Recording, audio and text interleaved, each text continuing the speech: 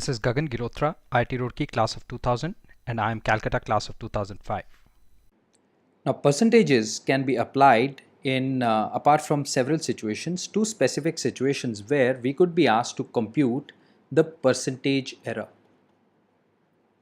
Now, finding the percentage error, the formula for finding out the percentage error is the error amount divided by the correct amount. Now, please make sure that you divide the error amount, the delta, by the correct amount multiplied by 100%, right? So, if let's say I were to take an example that there is a 5-meter rod, a 5-meter rod is measured using a measuring tape, right, which shows a reading of, let's say 5 centimeters. So we have to find the it shows a reading of 5.05 meters. So sorry, 5.05 meters, right? So if this tape is showing a reading of 5.05 meters in calculating the length of a 5-meter rod, right, then the error is 0.05 meters, which is the difference between what the tape is showing and what the actual length is, right? This we are going to divide by the correct length, which is 5 meters, and then we are going to express this in the form of a percentage. We get, this is 1 upon 100, right, and this is into 100%, so we get 1%, right? So error percentage is computed by the change, the error, divided by the original amount multiplied by 100%. Similarly, we could be asked to calculate the percentage change. Now, in calculating percentage change, what you have to do is find out how much change there has been, right? So change in the original units divided by the original amount, right? Please make sure you do not put the new amount after change in the denominator. Please put the original amount multiplied by 100%. So if let's say there were 20 people in the room to start with, then there are 2 more who come in. If we have to find the percentage change, then the number of people who have come is 2. The number of people originally in the room is 20 and not 22, multiplied by 100%, which is equal to 10%.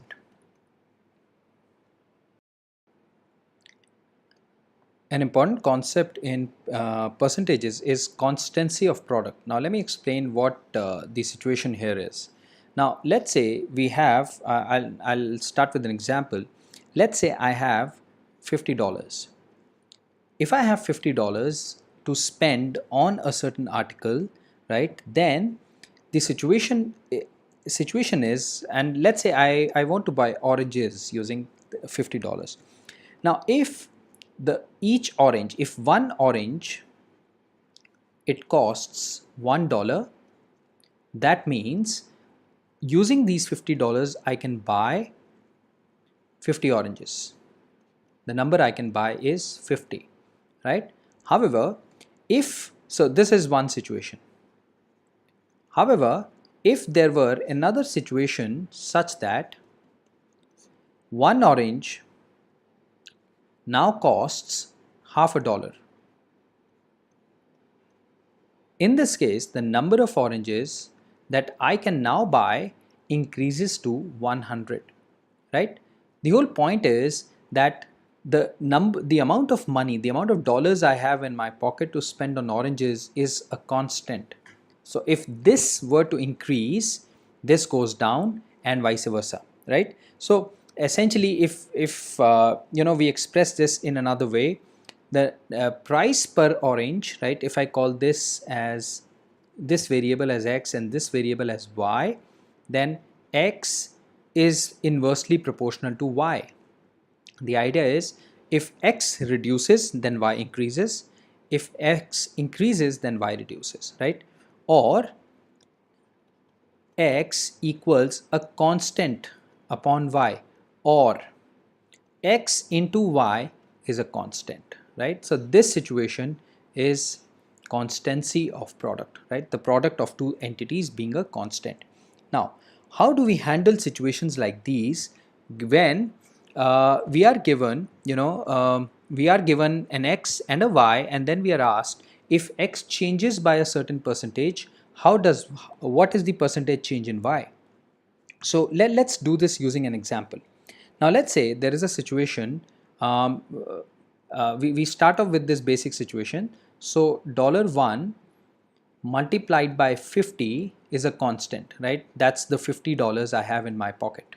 However, if let's say I were to change the $1 to $1.25, right?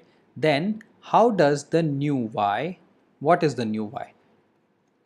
Right now, clearly the new y is $50 because that's all I'll spend, divided by $1.25 per orange, right? So I get 40 oranges, right? Now 40 is 10 fewer than the original 50, right? Or in other words, 40 is down by 20%. So you notice that I've increased x by 25% and y has gone down by 20%. It has not gone down by 25%, right? So what is this change? How is this change 25% related to this change of 20%, right? Now, if let's say one factor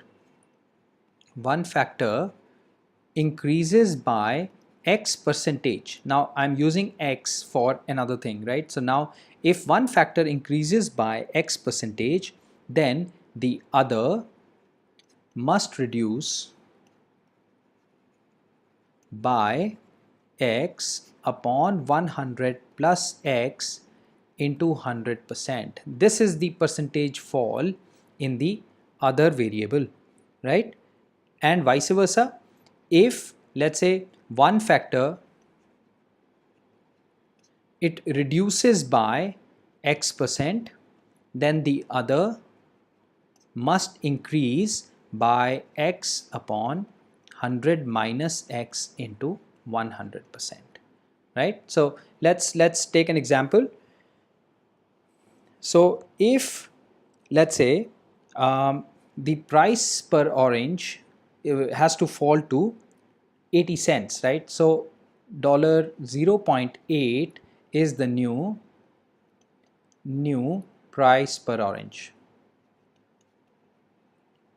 right? So this is a fall of 20% over the original price of $1, right? So this 20%, if I have to find out how many more oranges I can now buy, my answer is going to be 20 divided by 100 minus 20 into 100%, right? So this gives us 20 upon 80 multiplied by 100%, which is 1 by 4, which is equal to 25%.